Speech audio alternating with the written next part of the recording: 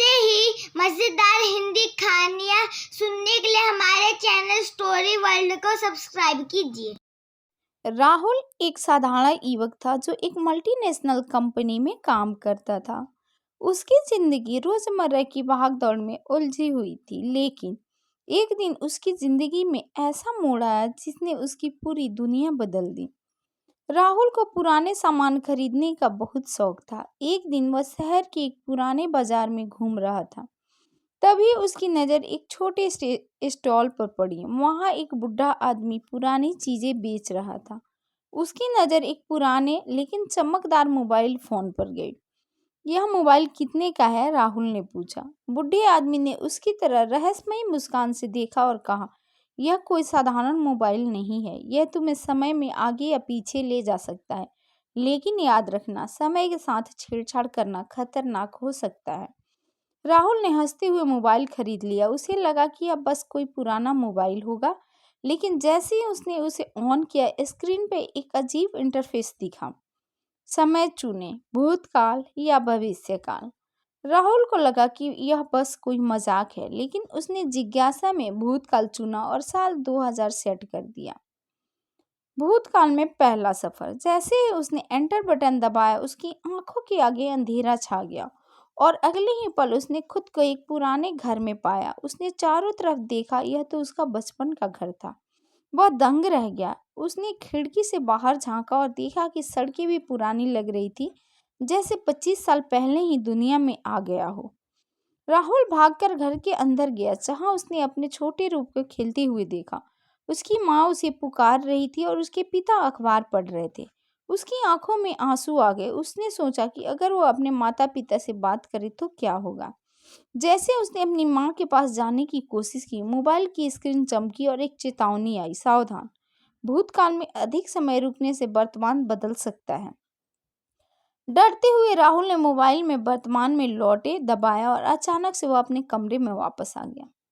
भविष्य की झलक। राहुल अब और ज्यादा उत्सुक हो गया। इस बार उसने भविष्य चुना और साल 2050 सेट कर दिया।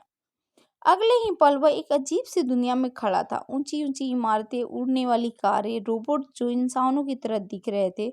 उसने देखा कि लोग हवा में तैरते हुए होलोग्राम स्क्रीन पर काम कर रहे थे। वह एक कैफे में गया, जहां रोबोट वेटर ने उसे एक चमचमाता हुआ नीला पेय पदार्थ दिया। उसने सड़कों पर घूमते हुए खुद को ढूंढने की कोशिश की। आखिरकार उसे एक ऊंची बिल्डिंग में अपना नाम चमकते हुए दिखा, राहुल टेक्नोलॉजी।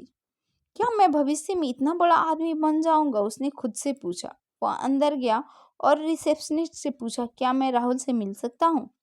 सॉरी सर, वे अभी एक सीक्रेट प्रोजेक्ट पर काम कर रहे हैं, रिसेप्शनिस्ट ने जवाब दिया।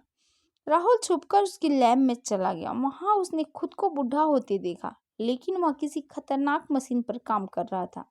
अचानक उसके बूढ़े रूप ने एक डायरी में कुछ लिखा और कहा, टाइम ट्रेवल खतरनाक है, इसे न छेड़े।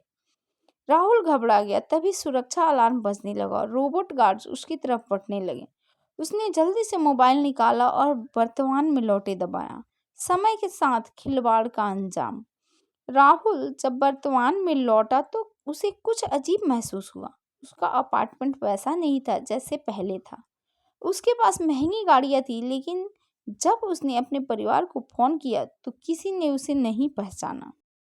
वह भागकर अपने माता पिता के पुराने घर गया, लेकिन वहां कोई और रह रहा था। उसने मोबाइल देखा जिस पर एक संदेश दिखा था, तुमने भविष्य बदल दिया है। अब इसे ठीक करने का एक ही तरीका है, समय को वापस उसी स्थिति में लाओ। राहुल को समझ आ गया कि उसने जो किया उससे इतिहास बदल गया। उसने तुरंत मोबाइल फोन निकाला और 2025 सेट किया। जिस दिन उसने यह मोबाइल खरीदा था, सब कुछ पहले जैसा था। जैसे ही वो वापस लौटा, वो फिर उसे उसी पुराने बाजार में था। बुढ़ा आदमी अब भी वहीं था। क्या तुम इसे वापस लेना चाहते हो? राहुल ने डरते हुए पूछा। बूढ़े आदमी ने मुस्कुराकर मोबाइल लिया और कहा, मैंने पहले ही कहा था, समय के साथ छेड़छाड़ खतरनाक हो सकती है।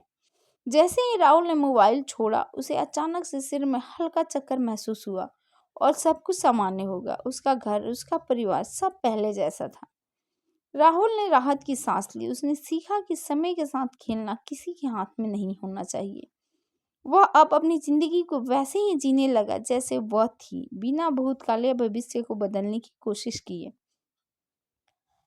अंतिम संदेश। राहुल ने बाद में कई बार सोचा कि वह बूढ़ा आदमी कौन था और क्या वह मोबाइल अब भी किसी और के पास जा सकता है। कहीं किसी और को भी यह समय यात्रा करने वाला मोबाइल तो नहीं मिल गया।